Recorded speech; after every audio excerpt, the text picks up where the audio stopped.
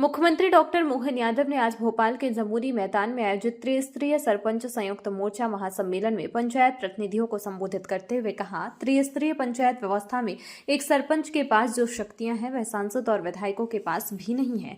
सरपंच अपने गांव की दिशा बदल सकते हैं और प्रदेश के विकास के असली सूत्रधार हैं। मुख्यमंत्री ने इस अवसर पर प्रदेश के सभी पंचायत प्रतिनिधियों के विकास कार्यों के लिए 50-50 हजार रुपए की सहायता राशि देने की घोषणा की।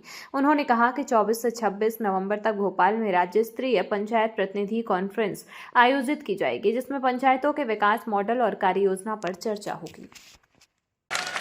तो ये बड़ा पवित्र काम है। हमारे अपने गांव के अंदर सब कुछ है और आखिरी में जो शांति धाम की एक आवश्यकता होती है, इसमें कोई अमर नहीं है।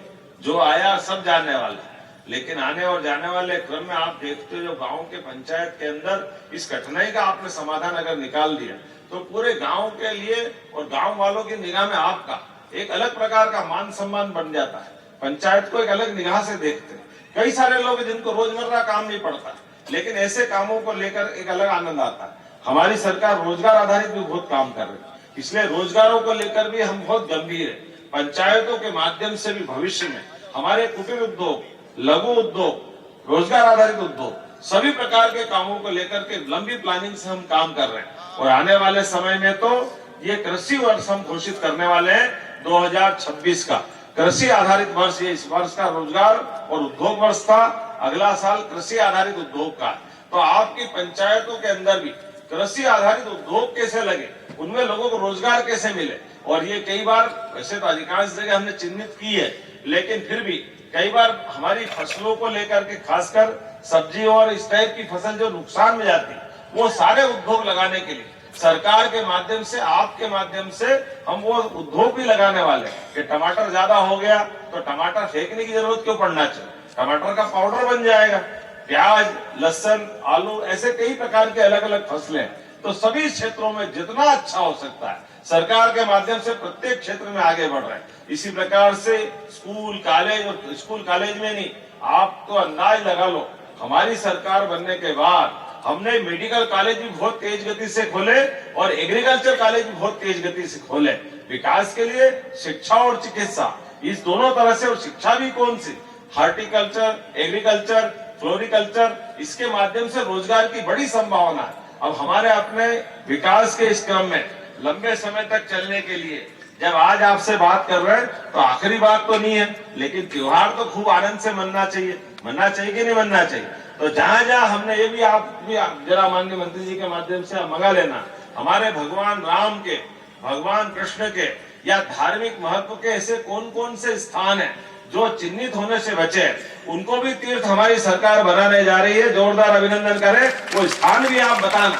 ऐसे प्रत्येक स्थान को हमने अपने राज्य की भौगोलिक सीमाओं के अंदर, भगवान राम अगर अयोध्या से चित्रकूट आए और चित्रकूट से बाद में आगे बढ़े तो किन किन मार्ग से आए और गए होंगे, प्रत्येक स्थान देवस्थान की तरह, वो तीर्थ की तरह विकसित होना चाहिए। ऐसे ही मथुरा वाले, अलीगढ़ वाले बैठे राष्ट्रीय अध्यक्ष जी, जोरदार ताली बजाओ। हमने इनके गोपाल कृष्ण कन्हैया के लिए भी योजना बनाई।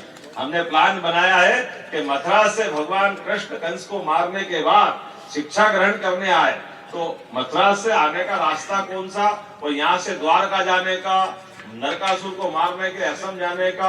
हर बार मध्य में मध्य प्रदेश है, तो उत्तर, दक्षिण, पूर्व, पश्चिम, कई बार भगवान कृष्ण मध्य प्रदेश से गुजरे होंगे।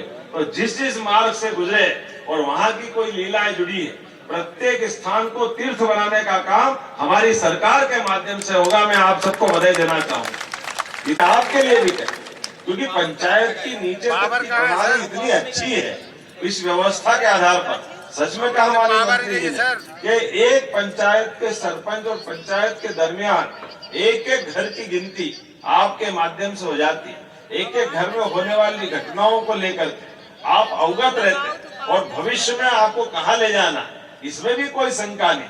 वो सारी चीजें आपके सामने। ऐसे में सरकार की व्यवस्थाओं के बलबूते पर हमारा तो भौगोलिक रूप से इतना बड़ा प्रदेश, इतने बड़े प्रदेश में सच में बड़ी आबादी हमारी गांवों की पंचायतों में रहती है।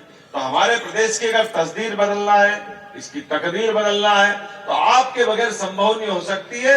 ये पक्की बात है। ये आपके भरोसे से ही विकास का कारवां चल रहा है। इसलिए हमारी सभी योजनाओं के लिए आधार अगर है तो पंचायत, इसलिए आप बताइए मुझे, ट्राइबल के अभी कुछ भाई बहनों ने अपनी तरफ से बात कही, तो हमने कहा कि आपकी बात का भी विचार करेंगे। पिछली बार आपके यहाँ 23, 24, 25 जुलाई को यह हमारा एक कार्यक्रम किया था, जिसमें त्रिस्तरीय व्यवस्थाओं के लिए खासकर पंचायतों के अलग अलग श्रेणीवार लोगों बिठाए थे। और इस साल भी ये हमारी 24, 25, 26 नवंबर को ये जो भोपाल में कॉन्फ्रेंस होने वाली है, उसमें बहुत सारे विषय आएंगे, लेकिन कुछ चीजें, छोटी छोटी बातें, एक दो चीज मैं भी जोड़ना चाहूंगा। उदाहरण के लिए, जैसे हमारा शहरीकरण बढ़ रहा है और शहरीकरण बढ़ने के कारण से पंचायत और पंचायत के पास में लगी नगरीय निकाय की कोई व्यवस्था है, तो नगरीय निकाय और आपके बीच में एक कई बार ये टकराव आता है। जब नगर निगम, नगर पालिका, नगर परिषद होती तो उनके पास पार्षद भी होते हैं, सीओम भी होते हैं, बहुत सारी चीजें होती, लेकिन ठीक पास में पंचायत है। अब पंचायत के पंचायत सचिव और सहायक सचिव, इससे बड़ा कोई होता नहीं, और वो टीएनसी वीएनसी से लेकर बड़ी बड़ी अपनी कॉलोनी बनाने आते हैं, बहुत सारी चीजें होती।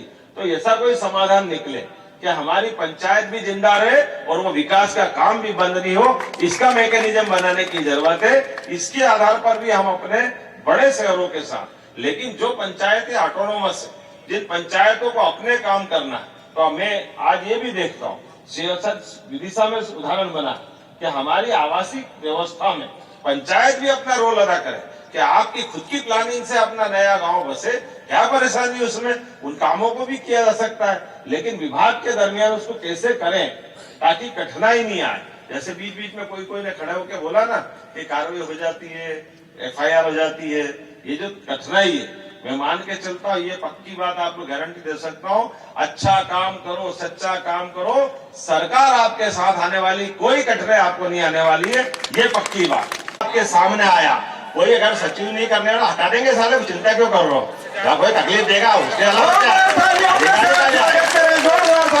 अरे यार, सचिव है, सहायक सचिव है, इनकी क्या औकात। मेरे को लगता है कि यार सरपंच के मामले में कोई दिक्कत आ रही, सरकार ने निर्णय किया तो उसको ठीक करने का काम हमारा है। ये तो चिंता की बात, थोड़ी ताली वाली बजा के बताओ अगर मैं आपके हित की बात कर रहा हूँ।